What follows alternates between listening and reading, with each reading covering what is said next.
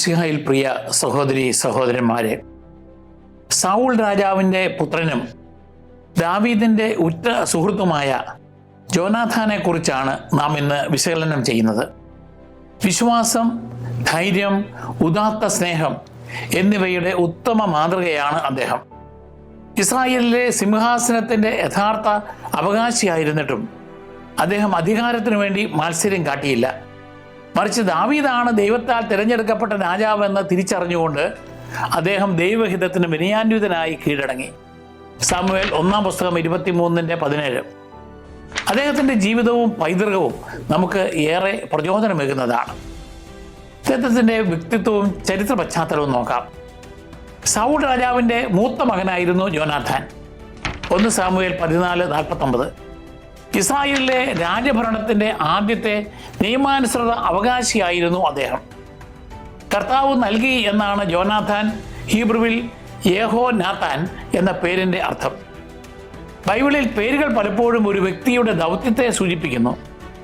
ജോനാഥാൻ തൻ്റെ കുടുംബത്തിനും ദൈവപദ്ധതിക്കും മറ്റുള്ളവർക്കും, പ്രത്യേകിച്ച് ദാവീദിനും ഒരു വലിയ സമ്മാനമായിട്ടാണ് ജീവിച്ചത്. ന്യായാധിപന്മാരുടെ കാലഘട്ടത്തിൽ നിന്ന് രാജഭരണത്തിലേക്ക് ഇസ്രായേൽ ചരിത്രം മാറിക്കൊണ്ടിരുന്ന കാലത്താണ് ജോനാഥാൻ ജീവിച്ചിരുന്നത്. ഫിലിസ്ത്യരെ പോലെ ശത്രുക്കളിൽ നിന്നുള്ള ഭീഷണി കാരണം ഇസ്രായേൽ ജനം നേരിട്ടുള്ള ദൈവിക ഭരണത്തിന് പകരം മറ്റ് ജനതകളെ പോലെ ഒരു രാജാവിനെ ആവശ്യപ്പെട്ടു. ഇത് രാഷ്ട്രീയ സ്ഥിരത കൊണ്ടുവന്നെങ്കിലും അവരുടെ ദൈവാശ്രയ ബോധത്തിന് സംഭവിച്ച ദൗർബല്യം വെളിവാക്കി. എന്നിരുന്നാലും തൻ്റെ രാജകീയ പദവിയിലോ സൈനിക കരുത്തിലോ ആശ്രയിക്കാതെ ദൈവത്തിൽ പൂർണ്ണമായി വിശ്വസിച്ചവനായി ജോനാഥാൻ വേറിട്ടു നിന്നു. ജോനാഥാൻ്റെ ജീവിതത്തെ ലളിതമായ 3 രീതിയിൽ മനസ്സിലാക്കാം. അദ്ദേഹം ജനനം കൊണ്ട് രാജകുമാരനും, പരിശീലനം കൊണ്ട് യോദ്ധാവും, അതിലുപരി വിശ്വാസം കൊണ്ട് ദൈവദാസനുമായിരുന്നു. മാറ്റങ്ങളുടെയും സംഘർഷങ്ങളുടെയും കാലത്ത് ജീവിച്ച അദ്ദേഹം വ്യക്തിപരമായ അഭിലാഷങ്ങളെക്കാൾ ദൈവത്തോടുള്ള വിശ്വസ്തതയ്ക്ക് മുൻഗണന നൽകിക്കൊണ്ട് ദൈവിക ഉടമ്പടിയുടെ ഉദാത്ത മാതൃകയായി മാറി. ജോനാഥാൻ്റെ പരിശീലനവും സ്വഭാവ വിശേഷങ്ങളും നോക്കാം. ഇസ്രായേലിലെ ആദ്യ രാജകുടുംബത്തിലാണ് ജോനാഥാൻ വളർന്നത്. കിരീടാവകാശി എന്ന നിലയിൽ യുദ്ധമുറകളിലും നേതൃത്വ പാടവത്തിലും ഭരണനിർവഹണത്തിലും അദ്ദേഹം പരിശീലനം നേടി. അതോടൊപ്പം ദൈവപ്രമാണങ്ങളും സാമുവേൽ പ്രവാചകനെ പോലുള്ളവരുടെ പ്രബോധനങ്ങളും അദ്ദേഹം അഭ്യസിച്ചു. കത്തോലിക്ക വീക്ഷണം അനുസരിച്ച് ഈ പരിശീലനം കേവലം രാഷ്ട്രീയമായിരുന്നില്ല, മറിച്ച് വിശ്വാസാധിഷ്ഠിതമായിരുന്നു. ഇസ്രായേൽ രാജാവ് ദൈവകൽപ്പനകൾ അനുസരിക്കാനും പൂർണ്ണമായി ദൈവത്തിൽ ആശ്രയിക്കാനും കടപ്പെട്ടവനായിരുന്നു. നിയമാവർത്തനം 17-ാം അധ്യായം 18 മുതൽ 20 വരെ വാക്യങ്ങൾ. ചെറുപ്പം മുതലേ ജോനാഥാൻ ഇത് ആഴത്തിൽ ഉൾക്കൊണ്ടിരുന്നു. യഹൂദ പാരമ്പര്യമനുസരിച്ച് തോറ വിഭാവനം ചെയ്യുന്ന വിശ്വസ്തത, ധൈര്യം, ഉത്തരവാദിത്വ ബോധം എന്നീ ഗുണങ്ങൾ ഒത്തുചേർന്ന ഒരു നീതിമാനായ നേതാവായിരുന്നു അദ്ദേഹം. തൻ്റെ രാജകീയ പദവിയിലോ ആനുകൂല്യങ്ങളിലോ ജോനാഥാൻ അമിതമായി അഭിമാനിച്ചില്ല. സൈന്യബലവും ഭാവി രാജപദവിയിലും കാക്ഷിക്കാൻ അദ്ദേഹത്തിന് എല്ലാ കാരണങ്ങളും ഉണ്ടായിരുന്നെങ്കിലും തൻ്റെ ജീവിതത്തിൻ്റെ ആധാരശിലയായി അദ്ദേഹം തിരഞ്ഞെടുത്തത് ദൈവവിശ്വാസമായിരുന്നു. കുടുംബ പട്ടികപ്രകാരം അദ്ദേഹം കിരീടാവകാശിയായിരുന്നു. 1 സാമുവേൽ 14:49. സൗൾ രാജകുടുംബത്തിൻ്റെ വിവരണത്തിൽ പുത്രന്മാരുടെ പട്ടികയിൽ ജോനാഥാൻ്റെ പേര് മുൻപന്തിയിലുണ്ട്. ഇത് ഇസ്രായേൽ സിംഹാസനത്തിൻ്റെ പൈതൃക അവകാശി അദ്ദേഹമായിരുന്നുവെന്ന് സ്ഥിരീകരിക്കുന്നു. 1 സാമുവേൽ 14:49. മൂത്ത മകൻ എന്ന നിലയിൽ സ്വാഭാവികമായും സൗളിന് ശേഷം ജോനാഥാൻ രാജാവാകേണ്ടതായിരുന്നു. എന്നാൽ ദൈവം തൻ്റെ പരമാധികാര ഹിതത്താൽ ദാവീദിനെ തിരഞ്ഞെടുത്തു. കാരണം ദാവീദ് ദൈവത്തിൻ്റെ ഹൃദയത്തിന് ഇണങ്ങിയ മനുഷ്യനായിരുന്നു. 1 സാമുവേൽ 13-ാം അധ്യായം 14-ാം വാക്യം, 16-ാം അധ്യായം 17-ാം വാക്യം. ഇസ്രായേലിലെ രാജാധികാരം ജന്മാവകാശത്തിലല്ല, മറിച്ച് ദൈവത്തോടുള്ള അനുസരണത്തിൽ അധിഷ്ഠിതമാണെന്ന് ഈ സംഭവം വ്യക്തമാക്കുന്നു. ജോനാഥാൻ്റെ രാജകീയ വ്യക്തിത്വം അദ്ദേഹം വലിയ ബഹുമതികൾക്കും നേതൃത്വത്തിനും അർഹനായിരുന്നുവെന്ന് കാണിക്കുന്നു. എങ്കിലും ദൈവത്തിൻ്റെ തിരഞ്ഞെടുപ്പ് ദാവീദിലാണെന്ന് തിരിച്ചറിഞ്ഞപ്പോൾ തൻ്റെ അവകാശവാദങ്ങൾ അദ്ദേഹം സ്വമനസാലെ ഉപേക്ഷിച്ചു. നമുക്ക് നിയമാനുസൃതമായി ലഭിക്കേണ്ട കാര്യങ്ങൾ പോലും ദൈവത്തിന് സമർപ്പിക്കാൻ നാം തയ്യാറാകണമെന്നും മഹത്തായ ലക്ഷ്യങ്ങൾക്കായി സ്വന്തം പദ്ധതികളും ആനുകൂല്യങ്ങളും മാറ്റിവെക്കാൻ നാം വിളിക്കപ്പെട്ടേക്കാമെന്നും ജോനാഥാൻ്റെ ജീവിതം നമ്മെ പഠിപ്പിക്കുന്നു. ഇനി ജോനാഥാൻ്റെ ആദ്യ ധീരകൃത്യം നോക്കാം. 1 സാമുവേൽ 13:3. ഗബയിലെ ഫിലിസ്തീയ സൈന്യത്തെ ആക്രമിച്ച് പരാജയപ്പെടുത്തിയ ധീരതയും നിശ്ചയദാർഢ്യതയുമുള്ള നേതാവായിട്ടാണ് വിശുദ്ധ ഗ്രന്ഥത്തിൽ യോനാഥാൻ ആദ്യമായി പ്രത്യക്ഷപ്പെടുന്നത്. ഇസ്രായേലിൻ്റെ പല ഭാഗങ്ങളും നിയന്ത്രിച്ചിരുന്ന ശക്തിയായിരുന്നു ഫിലിസ്തീർ എന്നതിനാൽ ഇതൊരു ചെറിയ നീക്കമായിരുന്നില്ല. അദ്ദേഹത്തിൻ്റെ ഈ ആക്രമണം ശക്തമായ സൈനിക പ്രത്യാക്രമണത്തിന് കാരണമാവുകയും രാജ്യത്തെ അപകടത്തിലാക്കുകയും ചെയ്തു. 1 സാമുവേൽ 13:5. ഇതിൻ്റെ ബഹുമതി പിന്നീട് സാവൂൾ സ്വായത്തമാക്കിയെങ്കിലും ഈ നീക്കത്തിന് പിന്നിലെ യഥാർത്ഥ പ്രേരക ശക്തി യോനാഥാനായിരുന്നു. തൻ്റെ ജനത്തെ സംരക്ഷിക്കാനുള്ള യോനാഥാൻ്റെ ധൈര്യവും സന്നദ്ധതയുമാണ് ഈ സുധീര പ്രവൃത്തി വെളിപ്പെടുത്തുന്നത്. അദ്ദേഹം ഇത് ചെയ്തത് വ്യക്തിപരമായ അഭിലാഷം കൊണ്ടല്ല, മറിച്ച് ദൈവത്തോടും ഇസ്രായേലിനോടുമുള്ള ഉത്തരവാദിത്വ ബോധം കൊണ്ടാണ്. അതിലുപരി യോനാഥാൻ വെറുമൊരു പ്രദേശം സംരക്ഷിക്കുക മാത്രമല്ല, മറിച്ച് ദൈവത്തിൻ്റെ മഹത്വവും അവിടുത്തെ ജനത്തിൻ്റെ അന്തസ്സും ഉയർത്തിപ്പിടിക്കുകയായിരുന്നു. അങ്ങനെ യോനാഥാൻ ഒരു രാജകുമാരൻ എന്ന നിലയിലും ആഴമേറിയ വിശ്വാസി എന്ന നിലയിലും ഉയർന്നു വന്നു. നേതൃത്വ പരിശീലനം സിദ്ധിച്ചവനെങ്കിലും ദൈവവിശ്വാസമായിരുന്നു അദ്ദേഹത്തിൻ്റെ യഥാർത്ഥ കരുത്ത്.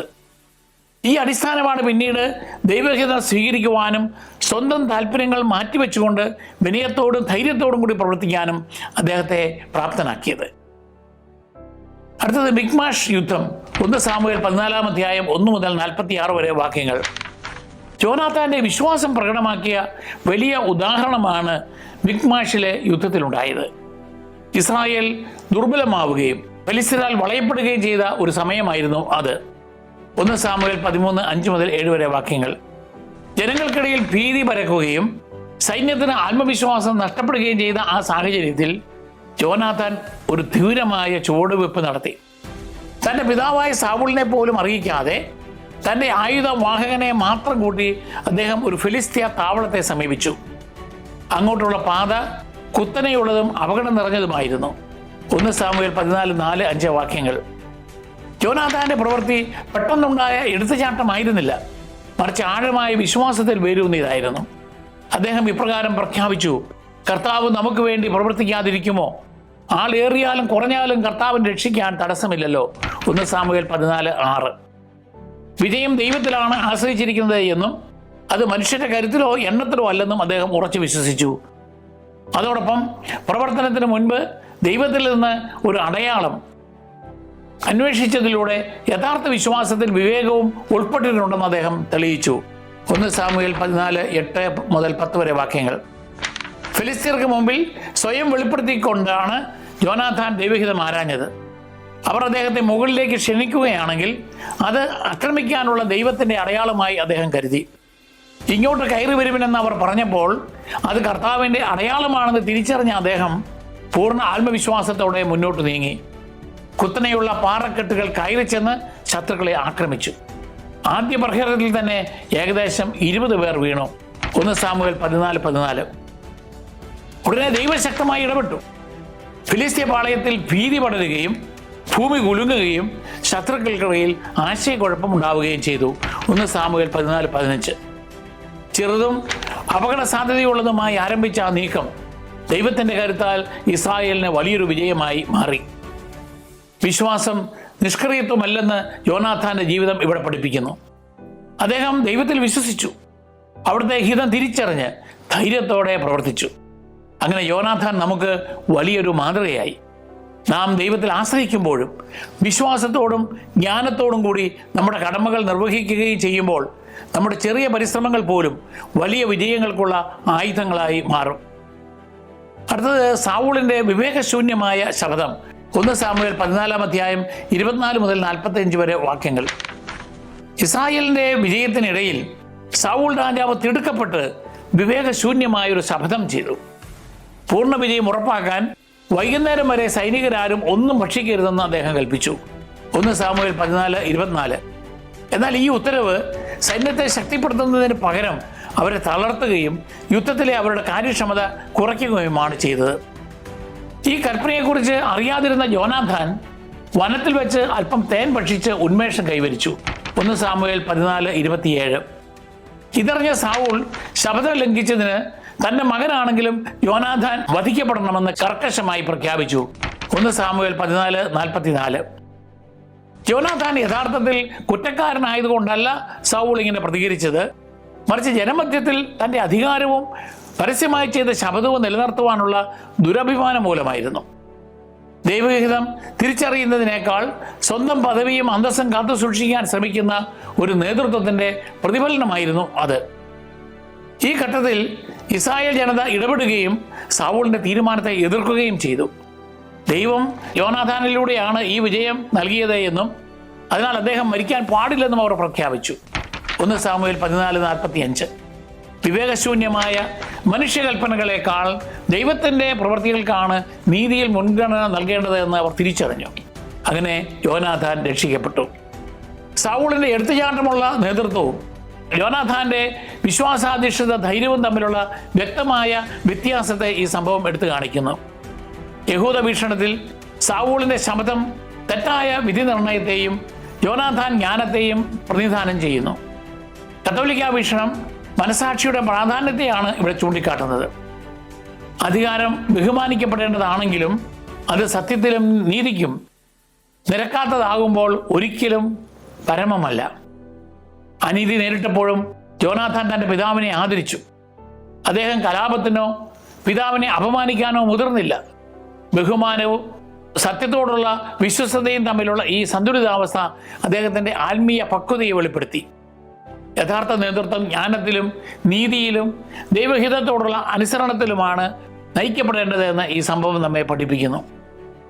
അടുത്തത് ദാവീദുമായുള്ള സൗഹൃദ ഉടമ്പടി. 1 സാമുവേൽ 18:1-4 വരെ വാക്യങ്ങൾ. യോനാഥാനും ദാവീദും തമ്മിലുള്ള സൗഹൃദം ബൈബിളിലെ ഏറ്റവും അർത്ഥവത്തായ ബന്ധങ്ങളിൽ ഒന്നാണ്. ഇതൊരു വ്യക്തിപരമായ അടുപ്പം മാത്രമല്ല, മറിച്ച് ദൈവത്തിൽ വേരൂന്നിയതും വിശ്വസ്തതയും ത്യാഗവും ദൈവഹിതത്തോടുള്ള പ്രതിബദ്ധതയും നിറഞ്ഞതുമായ ഒരു വിശുദ്ധ ഉടമ്പടിയാണ്. ദാവീദ് ഗോലിയാത്തിനെ തോൽപ്പിച്ചതിന് ശേഷം യോനാഥാൻ്റെ ഹൃദയം അവൻ്റെ ഹൃദയത്തോട് ഒട്ടിച്ചേർന്നു.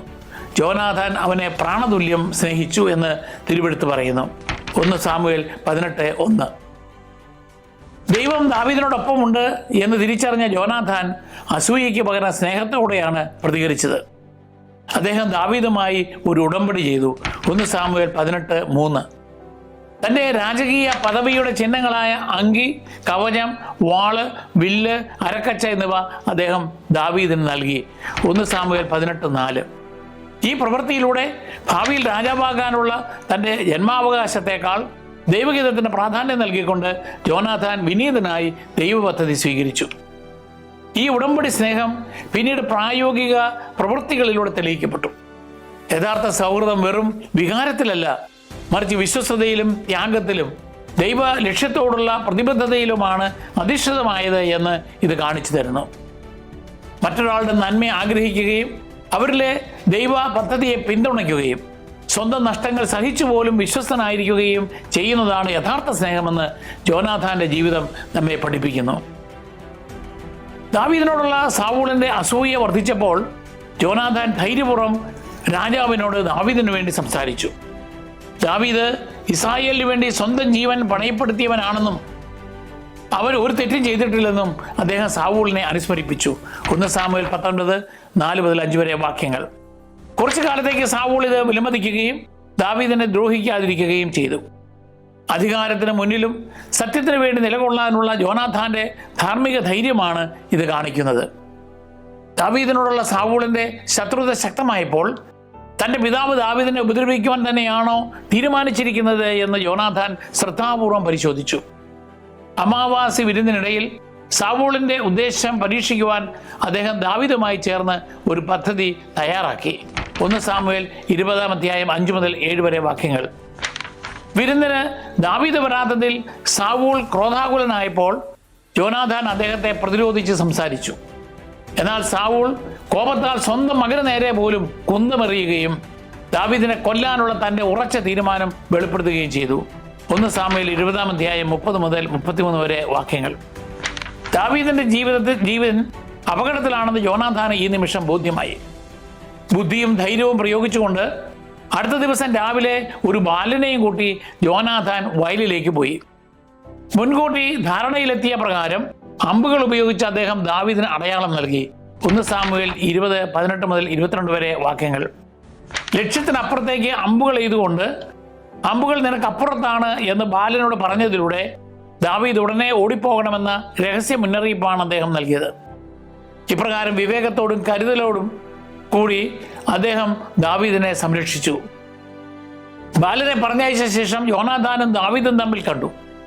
അവർ പരസ്പരം കെട്ടിപ്പിടിച്ച് കരഞ്ഞു. വേർപിരിയൽ അവരെ വല്ലാതെ ദുഃഖിപ്പിച്ചു. 1 സാമുവേൽ 20:41.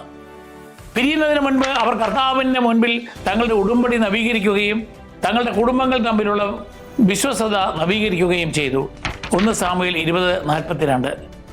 ഈ യാത്രപിരിയിൽ അവരുടെ സ്നേഹത്തിൻ്റെ ആഴവും വിശ്വസതയ്ക്ക് അവർ നൽകിയ വിലയും വെളിപ്പെടുത്തുന്നു. സ്വന്തം പിതാവിനോട് കലഹിക്കേണ്ടി വരുമെന്നും സ്വന്തം ജീവൻ അപകടത്തിലാകുമെന്നും അറിഞ്ഞിട്ടും യോനാഥാൻ ദൈവപദ്ധതിക്കും ദാവീദിനും ഒപ്പം നിൽക്കാൻ തിരഞ്ഞെടുത്തു. യോനാഥാന്റെ ധൈര്യം, വിവേകം, വിശ്വസ്ത സ്നേഹം എന്നിവ ഈ സംഭവം വ്യക്തമാക്കുന്നു. വ്യക്തിപരമായ അപകടങ്ങളും വൈകാരിക ത്യാഗങ്ങളും നേരിടേണ്ടി വന്നിട്ടും അദ്ദേഹം ദാവീദിനോടും ദൈവഹിതത്തോടും വിശ്വസ്തനായി തുടർന്നു. ദൈവിക പദ്ധതിയുടെ അംഗീകാരം. 1 സാമുവേൽ 23 16-18 വാക്യങ്ങൾ. ദാവീദിനെ കുറിച്ചുള്ള ദൈവ പദ്ധതി അംഗീകരിച്ചതിലാണ് യോനാഥാന്റെ ആത്മീയ കരുത്ത് ഏറ്റവും കൂടുതൽ വെളിപ്പെടുന്നത്. മരുഭൂമിയിൽ വെച്ച് ദാവീദിനെ കണ്ടപ്പോൾ യോനാഥാൻ അദ്ദേഹത്തെ ദൈവത്തിൽ ശക്തിപ്പെടുത്തുകയും ഇപ്രകാരം പ്രഖ്യാപിക്കുകയും ചെയ്തു: എൻ്റെ പിതാവ് സാവൂളിന് നിന്നെ പിടികിട്ടുകയില്ല. നീ ഇസ്രായേലിന്റെ രാജാവാകും. ഞാൻ നിനക്ക് രണ്ടാമനുമായിരിക്കും. എൻ്റെ പിതാവിനും ഇതറിയാം. 1 സാമുവേൽ 23:17. നിയമാനുസൃത അവകാശിയായിരുന്നിട്ടും ദൈവത്തിൻ്റെ തിരഞ്ഞെടുപ്പ് അംഗീകരിച്ചുകൊണ്ട് അദ്ദേഹം തൻ്റെ അവകാശങ്ങൾ സ്വമനസാലെ വിട്ടുകൊടുത്തു. സ്വന്തം അവകാശത്തേക്കാൾ ദൈവഹിതത്തിന് മുൻഗണന നൽകുന്ന നീതിനിഷ്ഠയുടെ വലിയ ഒരു ഉദാഹരണമാണിത്. കത്തോലിക്ക ആത്മീയതയിൽ ഇത് കെനോസിസ് അല്ലെങ്കിൽ ദൈവലക്ഷ്യത്തിനായി സ്വന്തം പദവിയും അധികാരവും ശൂന്യമാക്കുന്ന സ്വയം പരിത്യാഗത്തെ സൂചിപ്പിക്കുന്നു. ഫിലിപ്പിയർ 2:7. പദവികളോടുള്ള ആസക്തിയിൽ നിന്നുള്ള മോചനവും ഡിറ്റാച്ച്മെന്റ്, വിനയവും ഇതിൽ പ്രകടമാണ്. യഥാർത്ഥ മഹത്വം അധികാരം കൈയാളുന്നതിലല്ല, മറിച്ച് ദൈവഹിതത്തിന് കീഴടങ്ങുന്നതിലാണെന്ന് യോനാഥാൻ നമ്മെ പഠിപ്പിക്കുന്നു. ദൈവഹിതം തിരിച്ചറിയാനും അത് അംഗീകരിക്കാനും വിശ്വസ്തയോടെ ജീവിക്കാനും നമ്മെ പഠിപ്പിക്കുന്ന വിനയത്തിൻ്റെയും അനുസരണത്തിൻ്റെയും വിശ്വസ്തയുടെയും ഉദാത്ത മാതൃകയാണ് അദ്ദേഹം. ഇനി യോനാഥാന്റെ മരണവും പൈതൃകവും നോക്കാം. ഗിൽബോവ പർവ്വതത്തിൽ നടന്ന ഒരു യുദ്ധത്തിൽ യോനാഥാന്റെ ജീവിതം ദുഃഖകരമെങ്കിലും അർത്ഥവത്തായ രീതിയിൽ അവസാനിക്കുന്നു. ഫിലിസ്തീർ ഇസ്രായേലിനെതിരെ ശക്തമായ ആക്രമണം അഴിച്ചുവിട്ടപ്പോൾ ഇസ്രായേൽ സൈന്യം ചിതറിയോടുകയും പർവ്വത ചെരുവുകളിൽ അനേകർ വീഴുകയും ചെയ്തു. 1 സാമുവേൽ 31:1. ഫിലിസ്തീർ സാവൂളിനെയും പുത്രന്മാരെയും വളഞ്ഞു. ആ കഠിന പോരാട്ടത്തിൽ യോനാഥാനും അദ്ദേഹത്തിൻ്റെ സഹോദരന്മാരായ അബിനാദാബും മൽക്കീഷ്വായും കൊല്ലപ്പെട്ടു. 1 സാമുവേൽ 31:2. ഒരു രാജകുമാരൻ എന്ന നിലയിലും പരിശീലനം ലഭിച്ച യോദ്ധാവ് എന്ന നിലയിലും യോനാഥാൻ യുദ്ധത്തിൻ്റെ മുൻനിരയിൽ തന്നെ ഉറച്ചു നിന്നു. സാഹചര്യം ഇസ്രായേലിനെതിരായപ്പോഴും അദ്ദേഹം ഭയന്നോടുകയോ സുരക്ഷിത സ്ഥാനം തേടുകയോ ചെയ്തില്ല. തൻ്റെ പിതാവിനൊപ്പം നിലകൊള്ളുകയും ജനത്തെ സംരക്ഷിക്കാനുള്ള തൻ്റെ കടമയിൽ അദ്ദേഹം അവസാനം വരെ വിശ്വസ്തനായി നിന്നു. അദ്ദേഹത്തിൻ്റെ മരണം ആ ധൈര്യത്തിൻ്റെയും വിശ്വസ്തതയുടെയും തെളിവാണ്. യോനാഥാന്റെ നിര്യാണം ചരിത്രത്തിലെ ഒരു ദാരുണ വഴിത്തിരിവാണ്. യോനാഥാന്റെയും സഹോദരന്മാരുടെയും വീഴ്ച സാവൂളിൻ്റെ രാജവംശത്തിൻ്റെ തകർച്ചയെ സൂചിപ്പിക്കുകയും ദാവീദിന്റെ രാജപദവിയിലേക്കുള്ള വഴി തുറക്കുകയും ചെയ്തു. തോൽവി അങ്ങേയറ്റം വേദനാജനകമായിരുന്നെങ്കിലും യോനാഥാൻ്റേത് അന്തസ്സുള്ള മരണമായിരുന്നു. അദ്ദേഹം പിന്തിരിഞ്ഞോടിയില്ല, മറിച്ച് ഇസ്രായേൽ ചരിത്രത്തിലെ തൻ്റെ ദൗത്യം പൂർത്തിയാക്കിക്കൊണ്ട് വിശ്വസ്ത സേവനത്തിനിടയിലാണ് വീരചരമമടഞ്ഞത്. മാനുഷിക കാഴ്ചപ്പാടിൽ യോനാഥാന്റെ മരണം അതീവ ദാരുണമായി തോന്നാം. വലിയ വിശ്വാസവും ധൈര്യവും ആത്മശുദ്ധിയുമുള്ള അദ്ദേഹത്തിന് താൻ മുൻകൂട്ടി അംഗീകരിച്ച ദാവീദിന്റെ രാജാഭിഷേകം നേരിൽ കാണാൻ ജീവിച്ചിരുന്നില്ല. 1 സാമുവേൽ 23:17. നീതിമാന്മാർ എപ്പോഴും തങ്ങളുടെ വിശ്വസ്തയുടെ ഫലം സ്വന്തം ജീവിതകാലത്ത് തന്നെ അനുഭവിക്കണമെന്നില്ല എന്ന് അദ്ദേഹത്തിൻ്റെ ജീവിതം നമ്മെ ഓർമ്മിപ്പിക്കുന്നു. എങ്കിലും അദ്ദേഹത്തിൻ്റെ മരണം ബഹുമാനിക്കപ്പെടുന്നു. വ്യക്തിപരമായി നീതിമാനായിരുന്നിട്ടും തൻ്റെ കുടുംബത്തിൻ്റെയും രാജ്യത്തിൻ്റെയും വിധിയിൽ അദ്ദേഹം പങ്കുചേർന്നു. മരണശേഷം യോനാഥാൻ വിസ്മരിക്കപ്പെട്ടില്ല. ഇസ്രായേലിൻ്റെ വംശാവലികളിൽ അദ്ദേഹത്തിൻ്റെ വംശജരുടെയും പേര് രേഖപ്പെടുത്തിയിട്ടുണ്ട്. 1 ദിനവൃത്താന്തം 8:33-34 വാക്യങ്ങൾ, 9-ാം അധ്യായം 39-40 വാക്യങ്ങൾ. ദിനവൃത്താന്ത രചയിതാവ് അദ്ദേഹത്തിൻ്റെ മരണം വീണ്ടും വിവരിക്കുമ്പോൾ സാവൂളിൻ്റെ കുടുംബ തകർച്ചയുടെ പശ്ചാത്തലത്തിലും യോനാഥാൻ്റെ വിശ്വസ്തത ഉയർത്തിക്കാട്ടുന്നു. നഷ്ടങ്ങളിൽ അവസാനിക്കുന്നുവെന്ന് തോന്നുമ്പോഴും ദൈവത്തോടുള്ള വിശ്വസ്തത മായാത്ത മുദ്രകൾ അവശേഷിപ്പിക്കുമെന്ന് അദ്ദേഹത്തിൻ്റെ പൈതൃകം നമ്മെ പഠിപ്പിക്കുന്നു. അടുത്തത് ദാവീദിൻ്റെ വിലാപവും പൈതൃകവും. 2 സാമുവേൽ 1-ാം അധ്യായം 17 മുതൽ 27 വരെ വാക്യങ്ങൾ. സൗളിൻ്റെയും യോനാഥാൻ്റെയും മരണശേഷം ദാവീദ് അവർക്കായി വികാരനിർഭരമായ ഒരു വിലാപ ഗീതം രചിച്ചു. 2 സാമുവേൽ 1-ാം അധ്യായം 17 മുതൽ 27 വരെ വാക്യങ്ങൾ. ആ രചനയിൽ അദ്ദേഹം യോനാഥാനോടുള്ള ആഴമായ ദുഃഖവും ആദരവും ഇപ്രകാരം പ്രകടിപ്പിച്ചു: സോദര യോനാഥാൻ, നിന്നെയോർത്ത് ഞാൻ ദുഃഖിക്കുന്നു.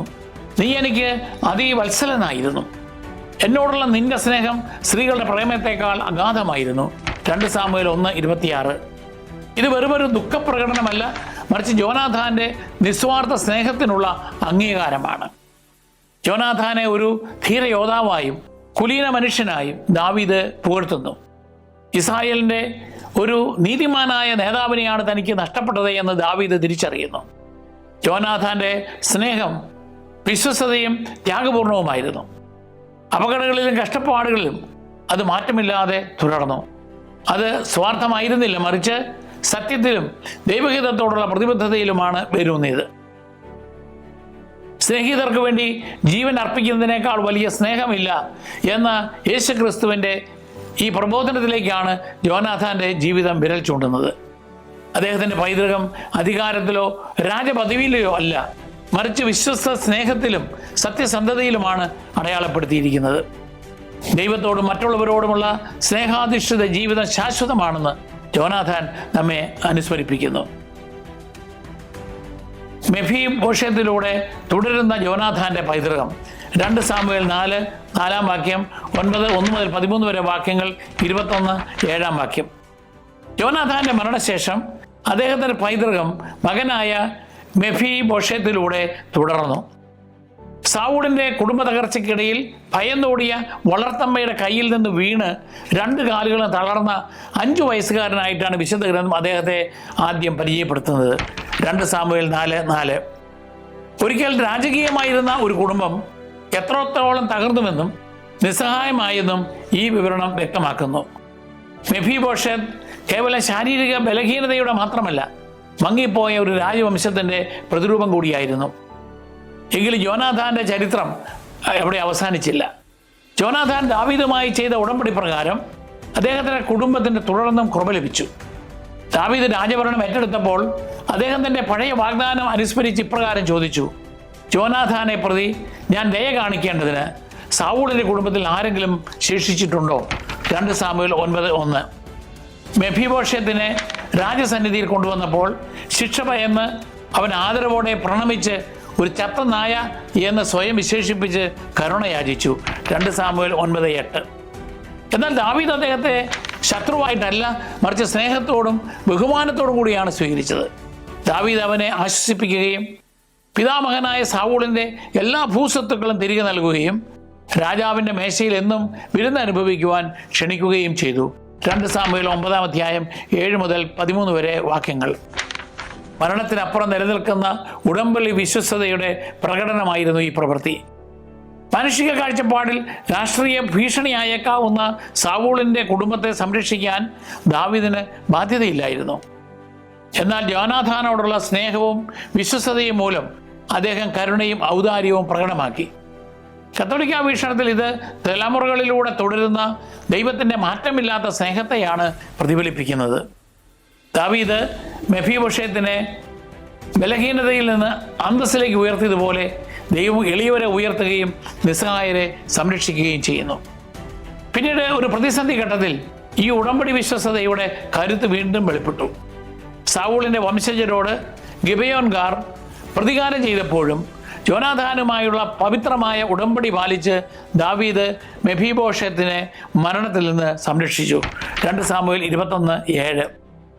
പ്രയാസകരമായ സാഹചര്യങ്ങളിലും ഉടമ്പടി വാഗ്ദാനം പാലിക്കപ്പെട്ടു. യഥാർത്ഥ വിശ്വസ്തത താൽക്കാലികമോ സൗകര്യപ്രദമോ അല്ല, മറിച്ച് ശാശ്വതമാണെന്ന് ഇത് തെളിയിക്കുന്നു. അങ്ങനെ യോനാഥാൻ്റെ പൈതൃകം രാഷ്ട്രീയ അധികാരത്തിലൂടെയല്ല, മറിച്ച് ഉടമ്പടി സ്നേഹത്തിലൂടെയാണ് നിലനിന്നത്. അദ്ദേഹത്തിൻ്റെ വിശ്വസ്തത മരണശേഷവും തൻ്റെ കുടുംബത്തിന് സംരക്ഷണവും അനുഗ്രഹവും നൽകിക്കൊണ്ട് ഫലം പുറപ്പെടുവിച്ചു. ദൈവത്തിൻ്റെ കാരുണ്യം ബലഹീനരിലേക്കും വിസ്മരിക്കപ്പെട്ടവരിലേക്കും എത്തുമെന്നും യഥാർത്ഥ സ്നേഹം കാലത്തെ അതിജീവിക്കുമെന്നും മെഫീബോശെത്തിന്റെ ചരിത്രം നമ്മെ ഓർമ്മിപ്പിക്കുന്നു. ഇനി യോനാഥാൻ്റെ ഏതാനും പുണ്യങ്ങൾ നോക്കാം. യോനാഥാൻ്റെ ജീവിതം ദൈവത്തോടുള്ള വിശ്വസ്തതയിലും വിശ്വാസത്തിലും അധിഷ്ഠിതമായ പുണ്യങ്ങളുടെ മനോഹരമായ ഒരു സമന്വയമാണ്. ഒന്ന്, അദ്ദേഹത്തിൻ്റെ വിശ്വാസം. ഏത് സാഹചര്യത്തിലും ദൈവത്തിന് തന്നെ രക്ഷിക്കുവാൻ കഴിയുമെന്ന് അദ്ദേഹം പൂർണ്ണമായി വിശ്വസിച്ചു. രണ്ട്, ധൈര്യം. സ്വന്തം കരുത്തിൽ ആശ്രയിക്കാതെ ദൈവത്തിൽ വിശ്വസിച്ചുകൊണ്ട് അപകട സാധ്യതകളിലും അദ്ദേഹം ധീരമായി പ്രവർത്തിച്ചു. മൂന്ന്, വിശ്വസ്തത. സംഘർഷങ്ങൾക്കിടയിലും ദൈവത്തോടും ദാവീദിനോടും അചഞ്ചല സ്നേഹം അദ്ദേഹം പുലർത്തി. നാല്, വിനയം. സിംഹാസനത്തിന്മേലുള്ള തൻ്റെ അവകാശം വിട്ടുകൊടുത്ത് അദ്ദേഹം ദൈവഹിതം സ്വീകരിച്ചു. അഞ്ച്, ദൈവസ്നേഹം. സ്വന്തം താല്പര്യങ്ങൾ നോക്കാതെ ദാവീദിന്റെ നന്മയ്ക്കായി അദ്ദേഹം നിസ്വാർത്ഥമായി പ്രവർത്തിച്ചു. ആറ്, വിവേകം അഥവാ പ്രായോഗിക ജ്ഞാനം. ദൈവത്തിൻ്റെ വഴി തേടുകയും ദാവീദിനെ അതീവ ജാഗ്രതയോടെ സംരക്ഷിക്കുകയും ചെയ്തുകൊണ്ട് അദ്ദേഹം ബുദ്ധിപൂർവ്വം പ്രവർത്തിച്ചു. ഈ പുണ്യങ്ങൾ യോനാഥാനെ ആഴമായ വിശ്വാസവും കരുത്തും നിസ്വാർത്ഥ സ്നേഹവുമുള്ളവനായി ചിത്രീകരിക്കുന്നു. വിശ്വാസം, വിനയം, നിസ്വാർത്ഥ സ്നേഹം എന്നിവയുടെ ഉദാത്ത മാതൃകയാണ് യോനാഥാൻ. സ്വന്തം അധികാരത്തെക്കാൾ ദൈവഹിതത്തെ സ്നേഹിച്ച അദ്ദേഹം ഉടമ്പടി വിശ്വസ്തതയുടെ കരുത്ത് സ്വജീവിതത്തിലൂടെയും മരണത്തിലൂടെയും കാണിച്ചു തന്നു. തന്നെ സ്നേഹിച്ചവർക്കായി എല്ലാം സമർപ്പിച്ച യോനാഥാൻ്റെ പൈതൃകം ദൈവത്തോടുള്ള വിശ്വസ്തതയിൽ നിലനിൽക്കുന്നവർക്ക് എന്നും പ്രചോദനമാണ്. അദ്ദേഹത്തിൻ്റെ ജീവിതത്തിൽ നിന്നുള്ള സന്ദേശങ്ങൾ നോക്കാം. ഒന്ന്, ദൈവത്തിൽ വിശ്വസിക്കുകയും തദനുസരണം പ്രവർത്തിക്കുകയും ചെയ്യുക. വിശ്വാസം എന്നത് നിഷ്ക്രിയമല്ലെന്ന് യോനാഥാൻ പഠിപ്പിക്കുന്നു. കർത്താവ് നമുക്ക് വേണ്ടി പ്രവർത്തിക്കാതിരിക്കുമോ എന്ന് ആയുധവാഹകനോട് ചോദിച്ച അദ്ദേഹം ധൈര്യത്തോടെ വെല്ലുവിളികളെ നേരിട്ടു. എല്ലാ സാഹചര്യങ്ങളിലും ദൈവത്തിൽ ആശ്രയിക്കാനും പ്രതിസന്ധികൾക്കിടയിലും ആത്മവിശ്വാസത്തോടെ മുന്നോട്ട് പോകാനും നാം വിളിക്കപ്പെട്ടിരിക്കുന്നു. രണ്ട്, ദൈവഹിതത്തിന് സ്വന്തം അഭിലാഷങ്ങളെക്കാൾ മുൻഗണന നൽകണം. സിംഹാസനത്തിൻ്റെ യഥാർത്ഥ അവകാശിയായിരുന്നിട്ടും യോനാഥാൻ തൻ്റെ അവകാശം ഉപേക്ഷിച്ചു. സ്വന്തം ആഗ്രഹങ്ങൾക്കായി നിർബന്ധം പിടിക്കാതെ ദൈവിക പദ്ധതികൾ അംഗീകരിക്കുന്നതിലാണ് യഥാർത്ഥ മഹത്വമെന്ന് അദ്ദേഹത്തിൻ്റെ ജീവിതം നമ്മെ ഓർമ്മിപ്പിക്കുന്നു. മൂന്ന്, ബന്ധങ്ങളിൽ വിശ്വസ്തത പുലർത്താം. ദാവീദുമായുള്ള ഉടമ്പടി സൗഹൃദം നിസ്വാർത്ഥവും വിശ്വസ്തവുമായ സ്നേഹത്തിന് ഉദാഹരണമാണ്. യഥാർത്ഥ സ്നേഹം മറ്റൊരാളുടെ നന്മ ആഗ്രഹിക്കുന്നു, സത്യത്തിനു വേണ്ടി നിലകൊള്ളുന്നു, പരീക്ഷണ ഘട്ടങ്ങളിലും വിശ്വസ്തത പാലിക്കുന്നു. നാല്, ധൈര്യത്തോടും നീതിയോടും വിവേകത്തോടും കൂടി ജീവിക്കുക. യോനാഥാൻ സത്യത്തിനു വേണ്ടി നിലകൊള്ളുകയും നിരപരാധികളെ സംരക്ഷിക്കുകയും പ്രയാസകരമായ സാഹചര്യങ്ങളിൽ വിവേകത്തോടെ പ്രവർത്തിക്കുകയും ചെയ്തു. നാമും നമ്മുടെ മനസാക്ഷിയെ രൂപപ്പെടുത്തുകയും വിവേകത്തോടെ പ്രവർത്തിക്കുകയും സത്യത്തിൽ ഉറച്ചു നിൽക്കുകയും വേണം. അഞ്ച്, അവസാനം വരെ വിശ്വസ്തരായിരിക്കുക. ദൈവിക പദ്ധതിയുടെ പൂർത്തീകരണം തൻ്റെ ജീവിതകാലത്ത് കാണാൻ കഴിഞ്ഞില്ലെങ്കിലും മരണം വരെ യോനാഥാൻ വിശ്വസ്തനായി തുടർന്നു. വിജയം അളക്കേണ്ടത് കാണാൻ കഴിയുന്ന ഫലങ്ങൾ കൊണ്ടല്ല, മറിച്ച് ദൈവത്തോടുള്ള നമ്മുടെ വിശ്വസ്തത കൊണ്ടാണ്.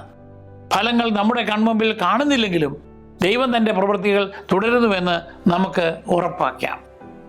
ഒരു പ്രാർത്ഥന. കർത്താവായ ദൈവമേ, ധൈര്യത്തിൻ്റെയും വിനയത്തിൻ്റെയും വിശ്വസ്ത സ്നേഹത്തിൻ്റെയും മാതൃകയായി അങ്ങ് യോനാഥാനെ രൂപപ്പെടുത്തിയല്ലോ. അങ്ങയിൽ പൂർണ്ണമായി വിശ്വസിക്കുവാനും സത്യത്തിൽ അധിഷ്ഠിതമായ സൗഹൃദങ്ങളെ വിലമതിക്കാനും ഞങ്ങളുടെ സ്വന്തം അഭിലാഷങ്ങളെക്കാൾ അങ്ങയുടെ തിരഹിതം സ്വീകരിക്കുവാനുമുള്ള കൃപ ഞങ്ങൾക്ക് നൽകണമേ. ഞങ്ങളുടെ ജീവിതം അങ്ങയുടെ ദിവ്യ നന്മയെ പ്രതിഫലിപ്പിക്കത്തക്ക വിധം നിസ്വാർത്ഥ സ്നേഹത്തോടും നിർമ്മലതയോടും കൂടി ജീവിക്കാൻ ഞങ്ങളെ സഹായിക്കണമേ. ആമേൻ.